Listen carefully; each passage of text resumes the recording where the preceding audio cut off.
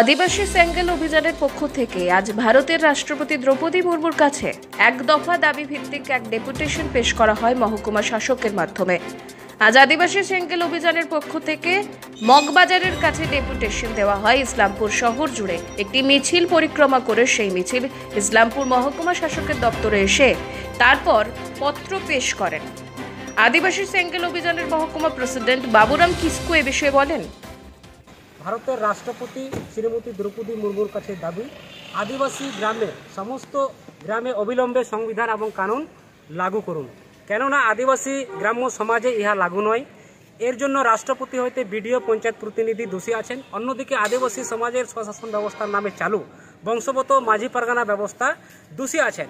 এর জন্য নেশাপান, অন্ধবিশ্বাস, ডাইন প্রথা, মহিলা বিরোধী মানসিকতা, হিংসা, ভোটের ক্রয় বিক্রয়, জবরদস্তি, ডান্ডম বা জরিমানা, সামাজিক বহিষ্কার করার মতো কাজ চলছে।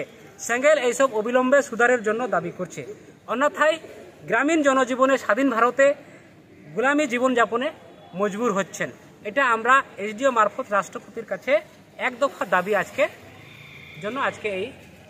এইটা ডেপুটেশনটা ছিল। আদিবাসীদের স্বশাসন ব্যবস্থায় সংবিধান ও গণতন্ত্র লাগু করতে হবে। আদিবাসীদের স্বশাসন ব্যবস্থায় সংবিধান ও গণতন্ত্র লাগু করতে হবে। আদিবাসীদের স্বশাসন ব্যবস্থায় সংবিধান ও গণতন্ত্র লাগু করতে হবে। আদিবাসী সেঙ্গেল অভিযান জিন্দাবাদ। আদিবাসী সেঙ্গেল অভিযান জিন্দাবাদ। আদিবাসীদের স্বশাসন ব্যবস্থায় সংবিধান ও গণতন্ত্র লাগু করতে হবে। আদিবাসী সেঙ্গেল অভিযান জিন্দাবাদ। আদিবাসী সেঙ্গেল অভিযান জিত